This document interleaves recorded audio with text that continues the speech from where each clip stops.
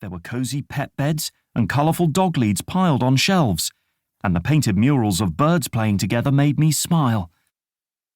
"This is Dave, and this is his friend Skipper," the human lady said, placing us on a countertop. I sat up in the box and looked around.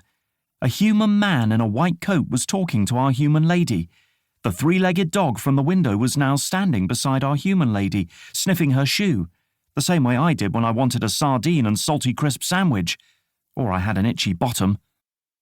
That's when a hamster in a ball rolled across the shelf above us, because that's what hamsters do when they aren't busy getting stuck in sock drawers or toilets. There was a door where the shelf ended, and through the clear glass panels I could see a doctor's table surrounded by pet hutches and food bowls. "Where are we?" Dave asked as we hopped out of the box onto the white worktop. "You're at the vet's," a voice said. I turned to look down, and the three-legged dog stared up at me with warm brown eyes. "Welcome to Pawsville Vets," she said. Her tail wagged, and her eyes were bright and kind as she grinned at us. "You speak Pigeonese," I said. "And dog, hamster, and goldfish," she said, nodding proudly. "I'm Jet, by the way." "I'm Skipper," I said, waving my wing at her. "And this is Dave." I reached over to introduce my friend, but he was no longer next to me. "Looks like Dave is getting his wing fixed," Jet said, hobbling closer. Dave lay still in our human lady's hands as she gently stroked his head, while the human man in a white coat looked at the wing that mean cat had destroyed. The man then pulled over a small box and flipped up the lid. He gently peeled away the tissue paper inside and reached in. The human man had built Dave a brand new wing. I pattered closer. The wing now lay on the countertop. Close up, I could see dark grey feathers had been sewn together to form a wing shape. At the top was a brown leather harness made of 2 loops that were strapped to the feathers. "This is a prosthetic wing made from feathers I found in the park," the human man told our human lady, pointing at the wing. "It's the first one I've ever made." She gasped. "Will Dave be able to fly again?" "He will," the man said with a smile. I turned to Dave, whose beak hung open in awe. "A new wing, Skipper," he cooed. "I'm getting a brand new wing." The human lady set Dave down as the human man unravelled Dave's sling.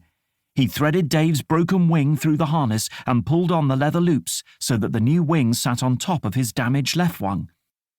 Dave arched his back and pushed out both his wings. The prosthetic wing clicked and fanned out as though it was Dave's original wing all along. "It's the most pigeon-tastic wing I've ever seen," Dave squawked with glee. "Let's see if I can fly." As he flapped his wings to take off, his feet lifted into the air. My friend was flying. I watched as he rose higher and higher while the new wing clicked and whooshed like a pair of bellows. Before Dave could swoop any higher, the human man caught him in his hands and placed him back down by our human lady. "You'll have to take it easy, little chap," the man said to Dave. "But he was flying," the human lady said, grinning down at Dave and me. She dabbed at the happy tears in her eyes, and her cheeks glowed a rosy red. "Dave will have to rest here for a few days as he gets used to his new feathers," the human man said, whilst removing the new wing and slipping Dave's sling back on. "If he flies too soon, he could tire himself out." "Did you hear that, Dave? No flying for you just yet," the human lady said, kissing the top of Dave's head. "Could Skipper stay with him?" "Of course," the man said, holding out a palm full of birdseed for me. He patted the feathers on my head as I pecked at the feed. "I'll set up a little home for them out the back." "We have guests!" Jet barked, running around in circles.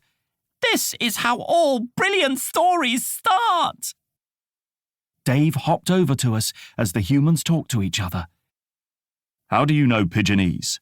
he asked Jet, his eyes narrowing. "Well," said Jet, leaning up close and brushing her wet nose against Dave's sling, "it's because I..."